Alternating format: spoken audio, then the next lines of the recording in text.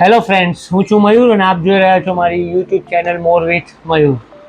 તો આજના ટોપિકમાં આપણે વાત કરીશું વરસાદમાં ફેલાતા રોગચાળા વિશે. જેમ કે આપ સૌ જાણો છો કે ભારતના મહત્તમ રાજ્યોમાં વરસાદે આગમન ચાલુ કરી દીધું છે. તો હવે આપણે ગરમીથી છુટકારો મળી ગયો છે, આઈ હોપ બધાને.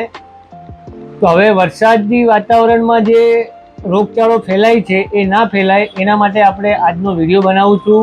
તો છેક સુધી જોજો અને બને એટલું તમે ઇમ્પ્લિમેન્ટ કરજો, જેથી કરીને બીમાર ના પડો અને વરસાદની મજા માણી શકો. તો સૌથી પહેલાં પાણી ઉકાળીને અથવા તો ફિલ્ટરવાળું પાણી પીવું જોઈએ, કારણ કે ચોમાસામાં પાણીનો પ્રોબ્લેમ હર જગ્યાએ જોવા મળે છે.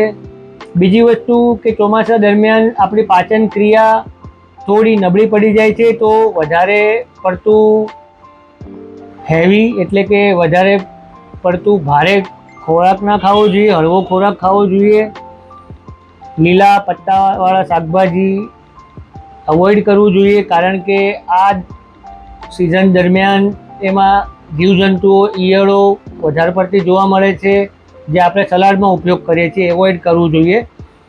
તીખું તળેલું વસ્તુઓ અવોઇડ કરવી જોઈએ, બને એટલી ઓછી ખાવી જોઈએ. જેમ કે મેં પહેલાં કીધું કે આપણે પાચન ક્રિયા અત્યારે થોડીક નબળી હોય છે બીજા સિઝનની કમ્પેરિઝનમાં, તો આપણે હેવી વસ્તુ, બહારનું તીખું તળેલું, બને એટલું ઘરનું આપણે ખાવાનો આગ્રહ રાખવો જોઈએ. બીજી બધી વાત કરીએ તો ઘરની આસપાસ પાણી ના ભરાવા દો, કારણ કે પાણીનો જો ભરાવો રહેશે તો ત્યાં મલેરિયા, ડેન્ગ્યુ જેવા રોગો ફેલાવનાર જે મચ્છરો છે એ ત્યાંથી ઉદ્ભવશે. એટલે બને એટલી ઘરની આસપાસ સાફ સફાઈ રાખો. આપણા ઘરમાં બાળક છે તો કામ વગર બહાર ના નીકળવા દો.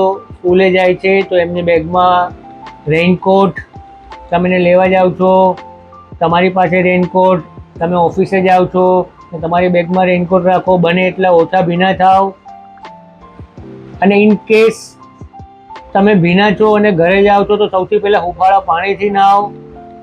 ધ્યાન રાખવું કે તમે ભીના છો તો ઇલેક્ટ્રિક ઉપકરણો સ્વિચ જાતે ના પાડવી જોઈએ.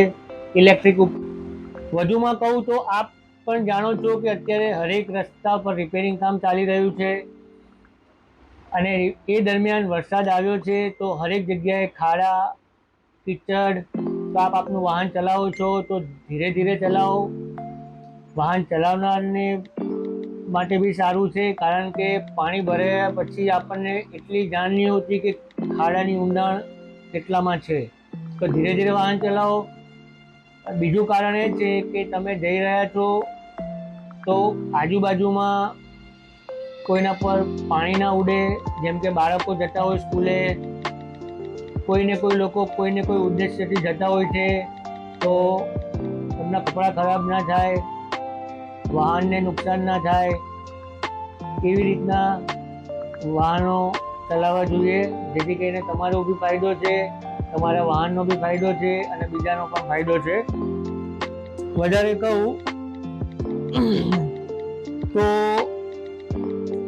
ઘરની આસપાસ તો આપણે સાફ સફાઈ રાખીએ જ છીએ, સાથે સાથે ઘરની અંદર પણ સાફ સફાઈ રાખવી જોઈએ. રાત્રિ દરમિયાન આપણે બારી, બારણા, દરવાજા વ્યવસ્થિત રીતે બંધ કરવા જોઈએ. બાળકો ઘરમાં હોય તો એને મચ્છરદાનીમાં, મોટા લોકો પણ મચ્છરદાનીમાં સૂઈ શકે, જેથી કરીને મચ્છરથી ફેલાતા રોગો વધારે પડતા ના ફેલાય. તો જે વસ્તુ મેં તમને કહ્યું એ વસ્તુ ખાસ ધ્યાનમાં રાખજો. અને ચોમાસા જેવી સિઝન છે, બહાર ફરવા જાઓ તો પણ ધ્યાન રાખજો. અને thanks for watching. Bye bye. અને હા મિત્રો, તાજેતરમાં જ થયેલા પ્લેન દુર્ઘટના એર ઇન્ડિયા 171 બોઈંગ ડ્રીમ લાઇનરમાં 242 લોકોનું જે મૃત્યુ થયું છે,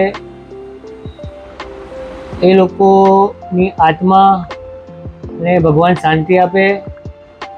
આપણા માટે તો બસ ખાલી 3 થી 4 દિવસ જ શોકમાં હતા, પરંતુ એમના પરિવારજનો આખી જિંદગી નહીં ભૂલી શકે.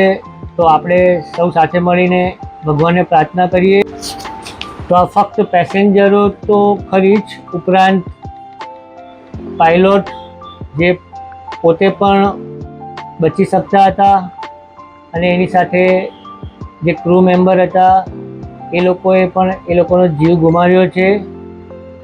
તો ભગવાન એમની આત્માને શાંતિ આપે અને એમના પરિવારજનોને આવી દુઃખદ જે ઘટના ઘટી છે એને સહન કરવા માટે શક્તિ આપે. એની સાથે બાય બાય, જય હિન્દ.